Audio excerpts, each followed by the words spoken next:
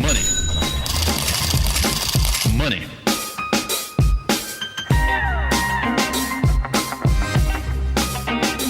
So I thought it might be nice, Keelan, to talk a little bit about the government shutdown and the effect of the mortgage industry, because there's a list of issues in the mortgage space that are being affected by the government shutdown.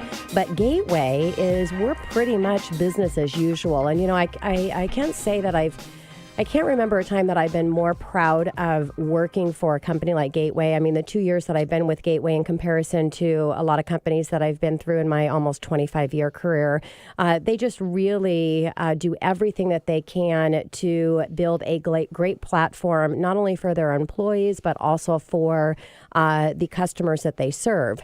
And so love to announce that any of our Gateway clients where we service 100% of our mortgages. So, almost 100% of our mortgages. And so if your mortgage is serviced with Gateway and for some reason, you're being affected by the government shutdown and you can't make your mortgage payment, if you have any lates, any fees during this government shutdown are going to be waived. If you do have mortgage lates during this time of the government shutdown, they're not going to report it to the credit bureau. Oh my gosh. And our credit expert is got a big smile over there. That has a huge impact on credit if you have just one 30-day mortgage late. So no worries there. Now, government employees' income.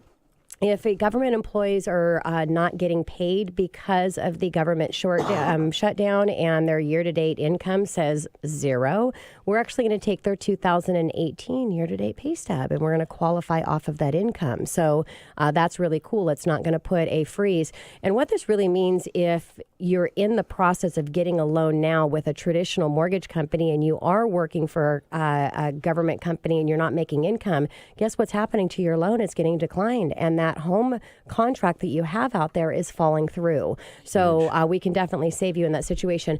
Also, they're waiving the VOE. It's a verification of employment, which is required to get on all loans. So what they have to do is they have to show their due diligence that they went through and requested the verification of employment within 10 days of the loan funding. But if they don't get that back, because the government shut down, then they're going to go ahead and close without the verification of employment. IRS transcripts, they're waiving those too. So the IRS transcript, the reason for that is you're providing full tax returns on a lot of loans. And so they have all of the documentation to show that you actually are making the money that you say that you're making on the loan application. But they want that extra bit of checkpoint where the government is providing a transcript showing that those tax returns have not been altered. Well, we can't get transcripts right now with a government shutdown, so we're moving forward and closing loans without those. VA loans, anything required to close a loan on VA, we're closing without that as well. So all of it's really exciting. The only thing that we don't have control over, as no lender would be USDA, because USDA, the agency, is involved in every part of the process during the closing. It's actually getting underwritten by USDA. So if you're on a USDA loan right now in the process of purchasing a home, it's probably not going so well for you.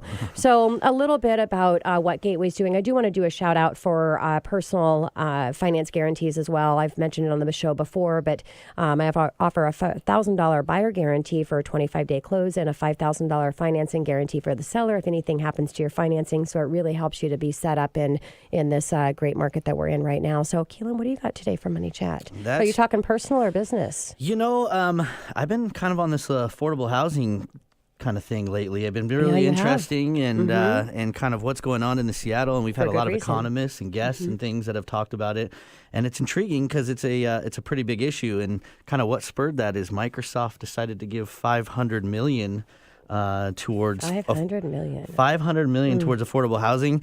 Which, reading some of the dialogue online, people aren't really happy about it. They think it's kind of a drop in the bucket. I mean, if you think about it, that's a 500,000 houses. I mean, it's a great gesture, and we need our businesses to step up, but it's not a crazy game-changing amount by any means.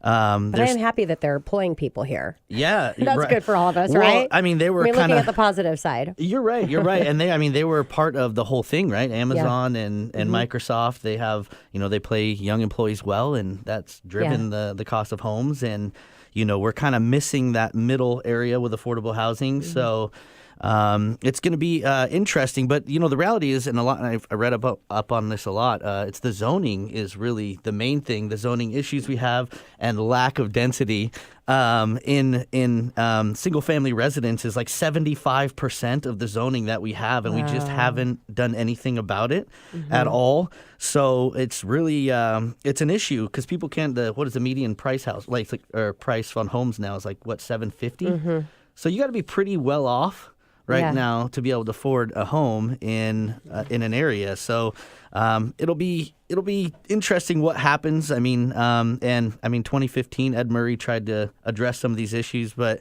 it got derailed because the kind of sensationalized media and things that were kind of blown it out of proportion. And he did a U-turn like immediately when they started addressing this. So as population increases, it's only going to push the issue forward. It's only going to get worse. Yeah. And our transit we got to meet that too. So how are we going to commute? It'll be interesting to see as we go into time how things are getting played out. And I'm excited for the guest that we have coming back again to talk about affordable housing. A shout out to Troy Thiel for everything that he's doing, and some great stuff is happening behind the scenes in the industry that we bring here right on the Money Hour. So that's right. Yeah. Well, coming up next on the Money Hour, we're going to stay here and we're going to bring in our credit expert, Credit Respiration with Austin Chapin with 360 Credit Consulting right here at 1150 a.m. KKNW after the short break.